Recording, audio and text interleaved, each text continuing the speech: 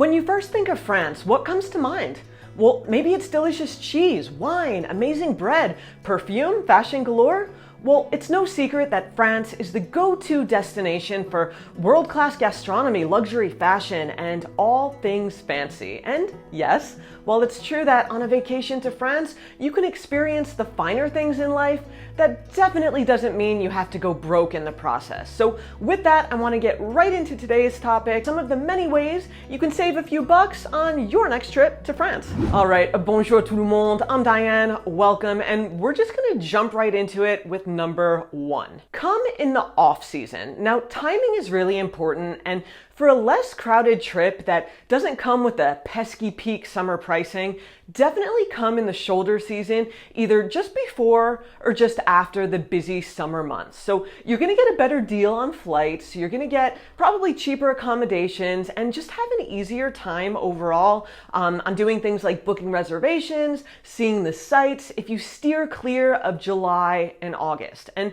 I'd really recommend visiting in the May to June timeframe, and there are some caveats. So I made a whole video on when to visit France that you could check out here. But come in May or June, or not again until September. Now, something else I want to note is that French school children have 2-week-long breaks, actually quite often if you compare it to the American school system. They're off for 2 weeks in February and April, and that's in addition to the Christmas holiday. So those are often considered peak weeks. So have a look at a link I'll put down below at the school calendar that has those break dates, because if you go skiing in February, you're going to be with a bunch of families and it's going to be crowded then as well. If you're a winter lover like me, you can sometimes get a great deal on flights if you aren't put off by the cooler weather or if you're coming to ski. And another plus of coming during January is that if you're into shopping, you could take advantage of France's nationwide sales period in the winter called Les Soldes, and the other time frame for that is in July. Now, number two, if you're planning to visit several areas of France, why not consider traveling by train? Now, with train travel, there are a few ways to save money, and the first is to buy your tickets as far in advance as possible, since last-minute train tickets, they really do tend to be the most expensive. Also, take advantage of special low-cost fares between many routes. They make sense in a lot of cases. You can save a few bucks. And in addition, if you're a student, a senior, or fall into another one of the special fare categories, you'll save even more. So look into discount programs, especially if you'll be staying in France for several weeks or a longer period of time and traveling by train often. And honestly, with the way gas and toll prices are in France, train travel, it's an excellent option. I have a whole blog post linked below if you want to learn more about train travel and what goes into that, and also where to buy tickets. Okay, number three, take advantage of the VAT refund. Now, we've all heard of this, you've seen the signs at the airport, and this is my favorite way to save money as a visitor to France. So if shopping's the name of the game, you want to get some souvenirs, maybe buy a gift for yourself or some loved ones, you want to listen up to this part, because the VAT refund, it's a fantastic way to put some money back in your pockets. And let me first just tell you how that VAT refund process works, and then let me introduce you to a company called OUIVAT. They make it as easy as possible to save big bucks if you're departing from France, and they've also sponsored this portion of today's video. So what is tax-free shopping? You've seen those signs in the airport, as I've mentioned, you've heard of it, you've heard this VAT refund, but it can be kind of confusing. So to put it simply, the VAT stands for value added tax, and it's automatically included in the cost of goods you buy in France and the EU in general. It's not like in the US where there's different sales taxes for different states that's added at the register. Here it's included in the price. So for those of you who are not EU residents, who are over the age of 16, you can get part of that VAT tax that you've paid at the point of sale back in your pocket. And that includes all kinds of items like clothes, jewelry, bags, watches, wine, tobacco, cosmetics, and more. And that's because as a non-EU resident who's taking those goods outside of the EU, your purchases, they're not subject to that full VAT, so you get it back. Now, there are two main ways to get the VAT refund. One, it's the traditional in-store refund, which can be a little bit complex and slow, or the more digitized method, which is via an app called OUIVAT. And that's the way to go, especially these days. So for the OUIVAT option, all you have to do is download their app before your trip. And then when you're out shopping and it's time to pay, you ask the store for an invoice made out to OUIVAT in France, and the app will walk you through this important step. So don't worry if your French skills aren't up to par. It's laid out for you step by step.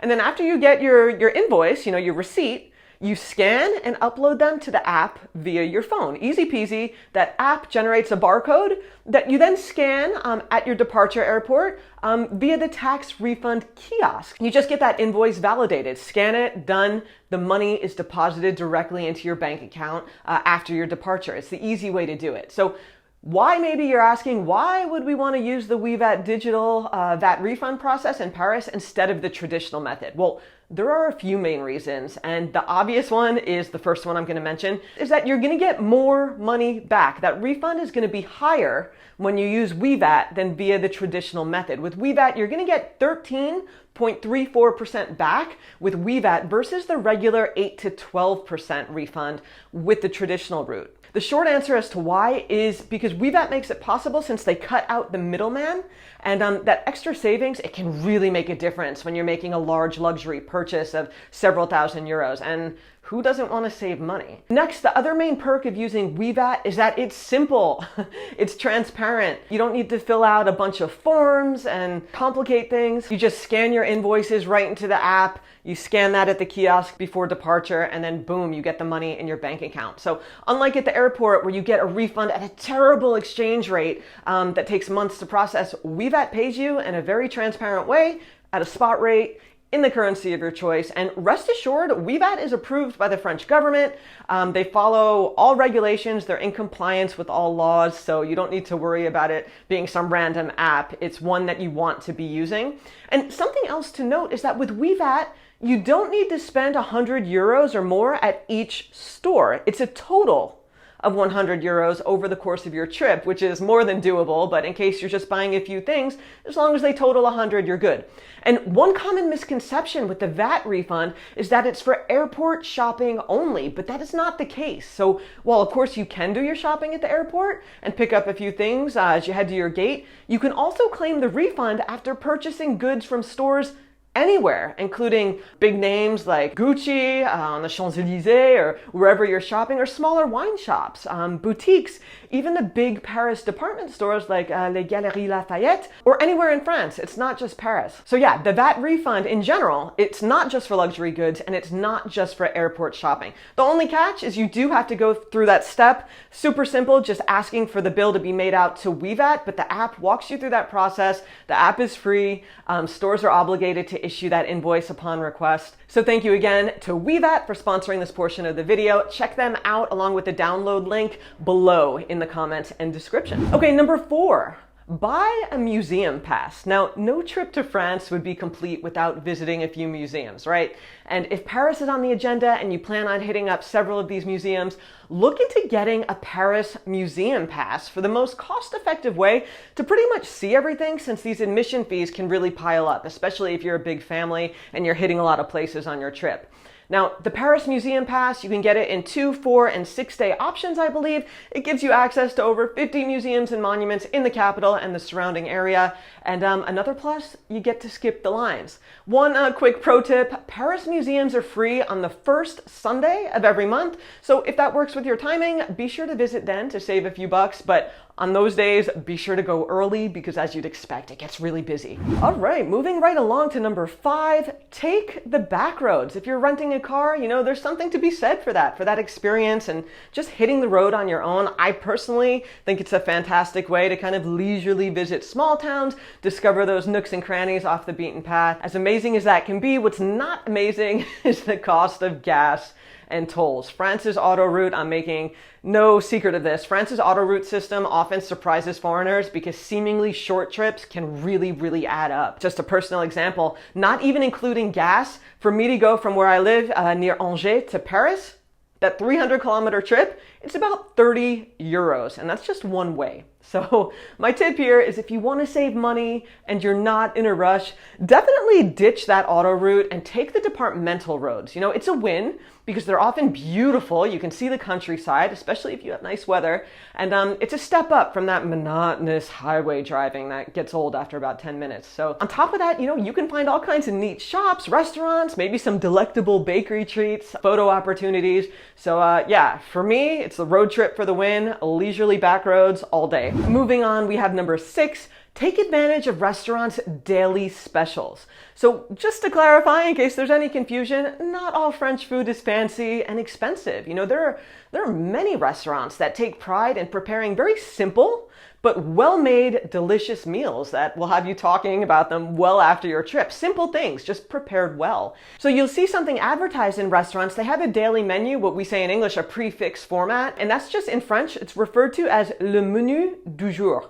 And in the US, the prefix menus, they're often associated, I feel, with high-end restaurants, but in France, that's not always the case, and it's super common to see these set menu options at casual restaurants as well. Take that option. They're cost effective, they're often delicious, and it's a great way to experience a French meal at a lower price point. So daily specials, they're often displayed on some type of chalkboard or slate. Slate's called an ardoise, so keep an eye out for that. And what you want to do instead of ordering off the regular menu and choosing, you know, each course one by one, look for that daily menu. Sometimes you'll see it called a formule in a more casual place where you have a set menu option from which to choose, usually 2 or 3 courses, and they usually consist of an appetizer and a main course, or a main course and dessert, or all 3. And the best part is they often feature local seasonal food at that reasonable price point. Now, keep in mind that in French, the word for menu, our English word menu, in French, it's la carte. So it's a little bit of a faux ami there. And a pro tip to save more money, if you just want to drink water with your meal, is to ask for une carafe d'eau, which is tap water. You're going to get a pitcher or a jug of tap water. Otherwise, if you just ask for water, you'll often be brought automatically an expensive bottle of Evian or something like that. So if tap water is fine, you're fine with drinking that, be sure to ask for that. Une carafe d'eau, s'il vous plaît. Okay, next, number 7, we have all of the free events in France. Check out those free events. You know, France has no shortage of culture, and that means cultural events as well, especially in the spring and summer months. So be sure to look up free activities in the area you're visiting, and I'm talking about things like photo festivals, music festivals, outdoor concerts, kids' days, sporting events, so much more. You know, places like public gardens, beaches, parks, markets, even churches, that's where it's at, and they host free events that are really just as worth it as paid attractions. So tourism offices are great resources for seeing what's going on and when. Check out social media, but definitely capitalize on those free events. And there you have it. Those are my best tips for saving money on your trip to France. And most of all, don't forget to slow down and enjoy the experience for all that it is. And I want to remind you, I do have an ebook titled 77 Beginner France Tips for a Standout Trip that is linked below. Looks like this. And I have all kinds of other fun links. I want to thank OUIINFRANCE again for sponsoring a portion of this video. You can check out what they have to offer, download the app, linked below to save even more on your VAT refund. And with that, I'll see you back here on OUIINFRANCE soon. Salut!